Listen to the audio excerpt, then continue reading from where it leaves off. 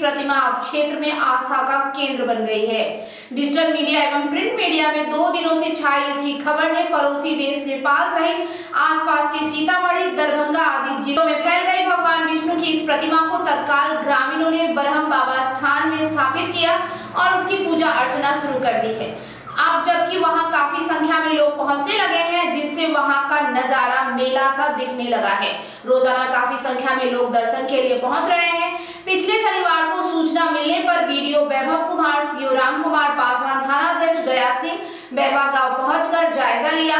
वरीय अधिकारियों के द्वारा प्रतिमा को दरभंगा संग्रहालय में रखने का निर्देश प्राप्त हुआ है,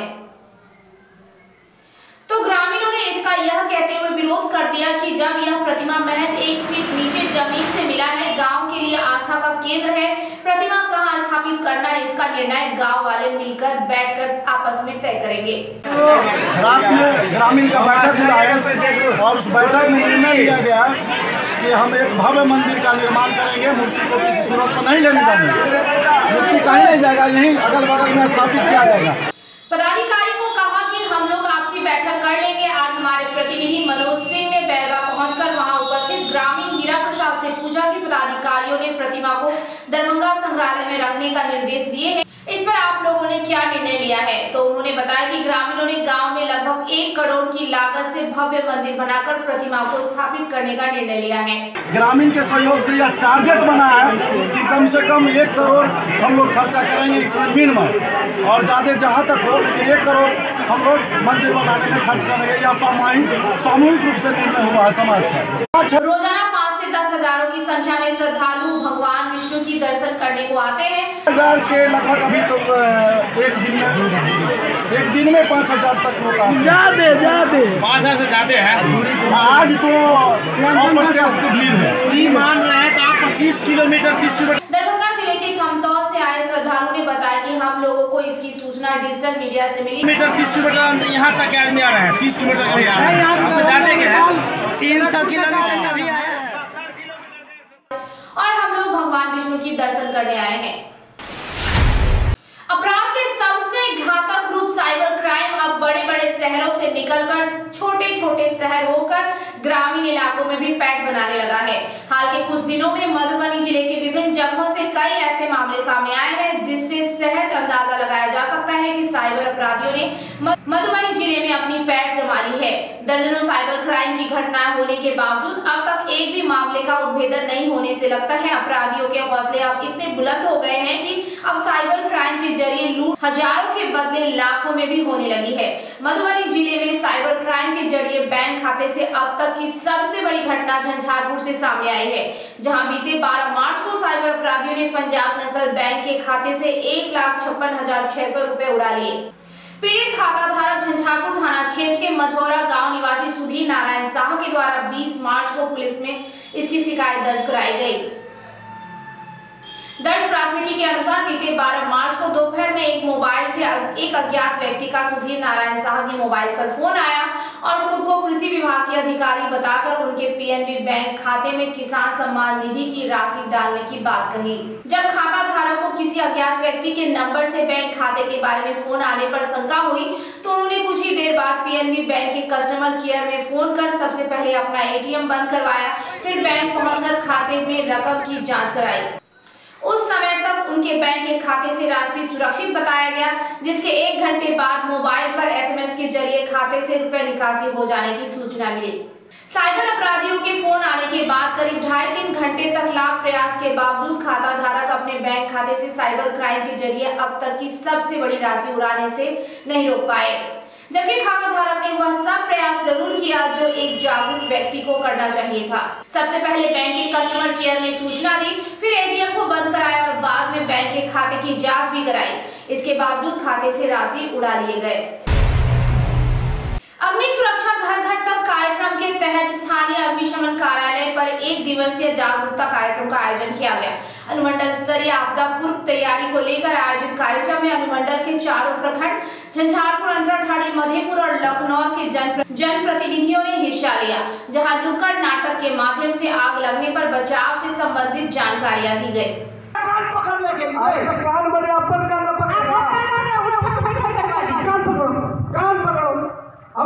करो पहले। सब पार्ट फाटा हुआ है। अच्छा पैर फाटल है, अच्छा ठीक है, तो पढ़ाई करेगा ना? हाँ। तो बैठना नहीं, ऐसे ही रब ससुर अब जा रहे हैं। हाँ ठीक। जिला अग्निशमन पदाधिकारी मनोज कुमार नट के द्वारा कार्यक्रम का विभिन्न उद्घाटन किया गया।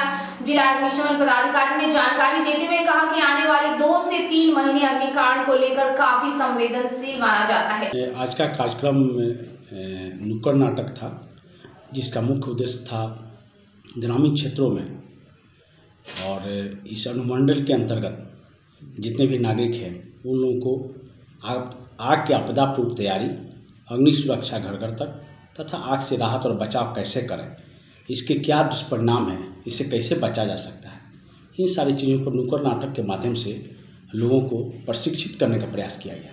अग्नि आपदा से बचाव जरूरी है, इससे बचने के लिए आपदा पूर्व तैयारियां जरूरी है। अग्निशमन दस्ता आग लगने की सूचना मिलते ही जितना जल्दी हो सके पहुंचकर उस पर काबू पाने की कोशिश करते हैं। बावजूद कुछ स्थानीय प्रबंध जरूरी है, इसके लिए उनके द्वारा जिला आपदा प्रबंधन को एक प्रस्ताव भेजा गया है।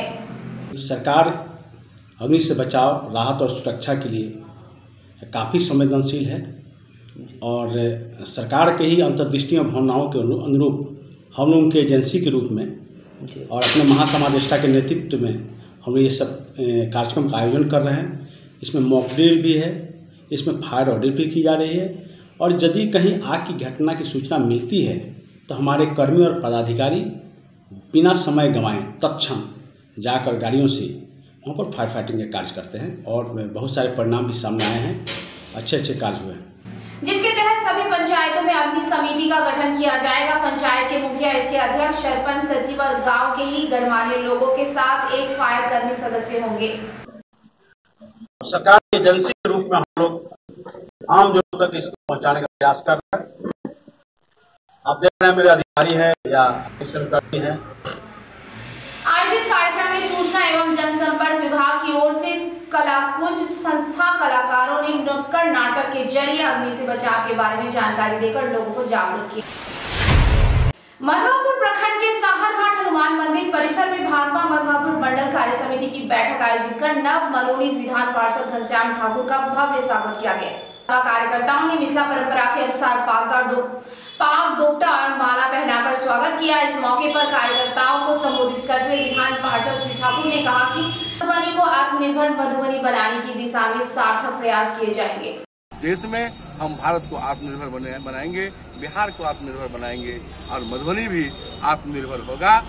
और हमारी जो पहचान मधुबनी की रही है, जो शंकराचार्य सीमावर्ती प्रखंड समेत पूरे जिले में बरसात के समय में जो प्रलयकारी बाढ़ आने से जान माल की काफी क्षति होती है, उसे निजात दिलाना ही पहली प्राथमिकता होगी।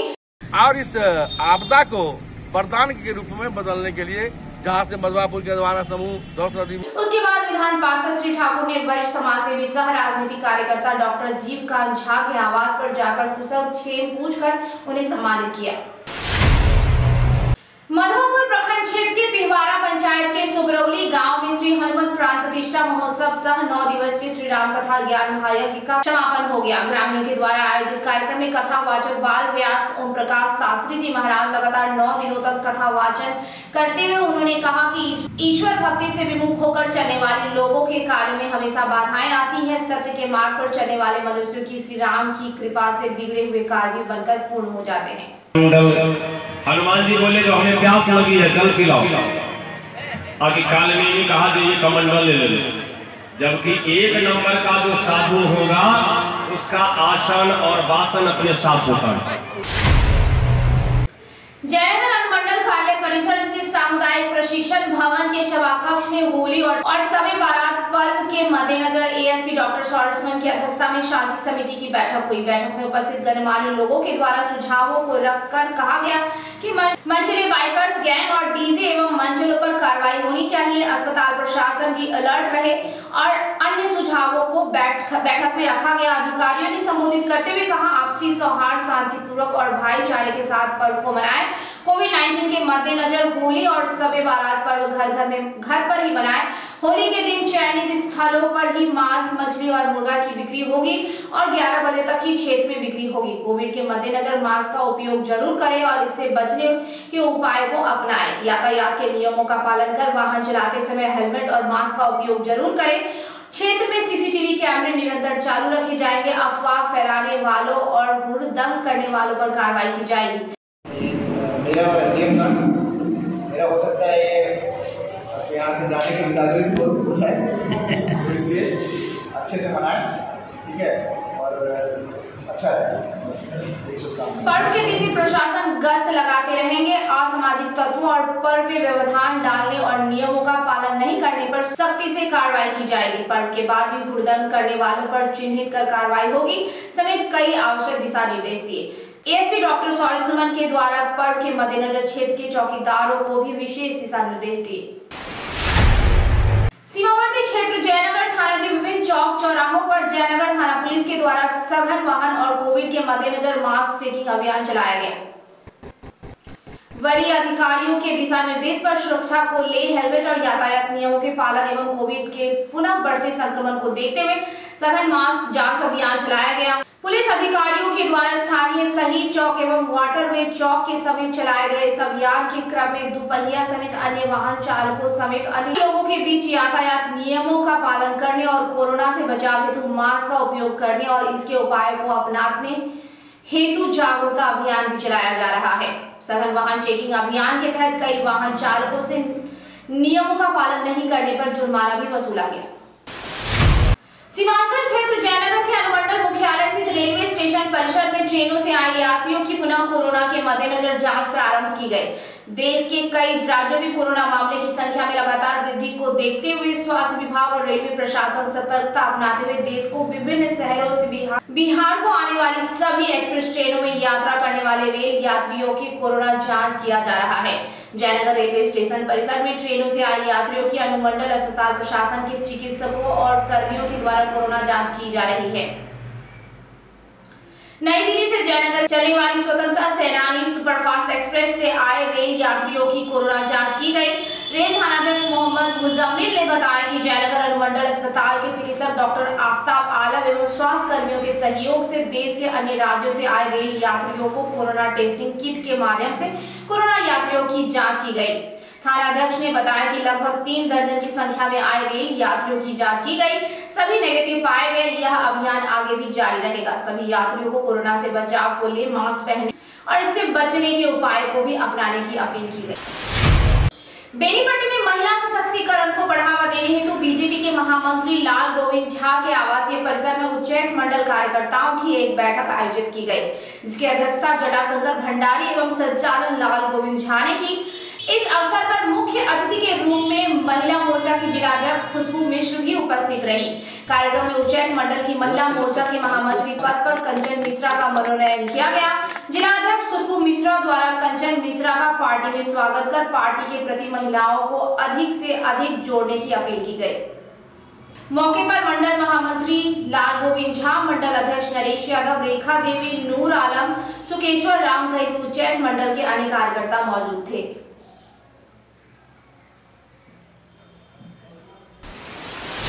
सीमावर्ती प्रखंड मलवापुर के पिहवाड़ा गांव में लोहिया स्वच्छ भारत अभियान के तहत महाबौद्ध जन स्वास्थ्य एवं सर्वांगीण विकास केंद्र पटना के बैनर तले कलाकारों के द्वारा नुक्कड़ नाटक के माध्यम से जागरूकता अभियान चलाया गया।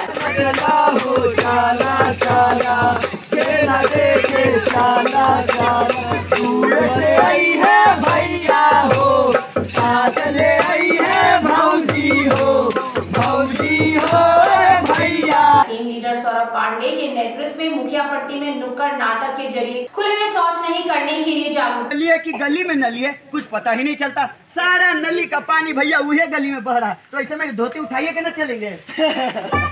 चाचा देखिए, कलाकारों ने लोगों से शौचालय का व्यवहार में उपयोग करने की अपील की।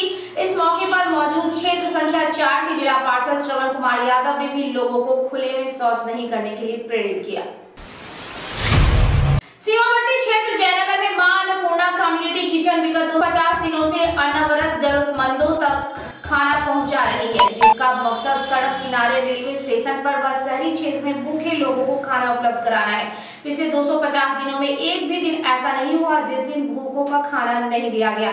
यह संस्था पिछले 250 दिनों से हर शाम शहर में घूम घूम कर railway station, Patna Gaddi road, Bholwa चौक, यू टर्न रोड, कमलापुर सहित अन्य जगह भूखे लोगों के लिए खाना देने का कार्य करती है। वहीं संस्था के मुख्य संयोजक समाजसेवी अमित राउत ने बताया कि लॉकडाउन के दौरान से ही गरीब, असहाय, निर्धन लोगों को खाने की हो रही दिक्कत को देखते हुए पिछले 250 दिनों से लगातार पौष्टिक खाना पैक कर शहर के लगभग सभी जगहों पर जैसे कि रेलवे स्टेशन परिसर, सही चौक, पटना गद्दी चौक, भोलवा टोल, यू टर्न सड़क, कमला पुल दोनों छोड़ के तरफ निस्वार्थ भावना से उच्च गुणवत्ता वाले भोजन के 100 पैकेट का वितरण किया जाता आ रहा है। अच्छा काम मां अन्नपूर्णा किचन द्वारा किया जा रहा है। मैं हमेशा लाइव द्वारा देखता था कि जो है आप लोग के द्वारा ये काम किया जाता है। मेरा भी मन बार बार होता था कि मैं जाऊं। आज मुझे मौका मिला, मेरे बेटे का जन्मदिन है, तो इसी मौके पर मैंने भी सोचा कि क्यों ना ये काम में जो है थोड़ा सा हाथ बटाया जाए। बहुत अच्छा लग रहा है गरीबों के बीच भोजन वितरण करके। और जन सहयोग मिलने से मनोबल भी बढ़ गया है। आशा और उम्मीद के साथ शुरू किए गए इस नेक कार्य में जन सहयोग भी मिलने लगा है। अब सेवा अनवरत जारी रखने की कोई भी परेशानी नहीं है। आज के लिए इतना ही। दीजिए हमें और हमारे चौथा स्तंभ डिजिटल न्यूज टीम को इजाजत। देखते रहिए चौथा स्तंभ डिजिटल न्यूज।